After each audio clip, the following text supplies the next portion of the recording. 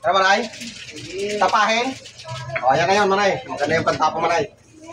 Kasi mula sa puso, ang inyong, uy, nadali manay. Sobrado manay, 337 manay. Diba, dali, parang sinukat sa labang.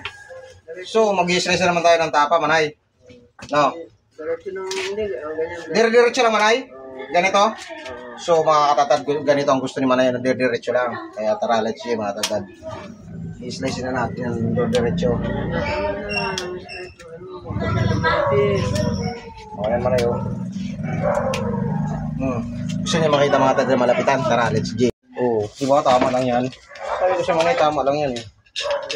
Ay, kagaya ni Badyaw, pasayaw, pasaway.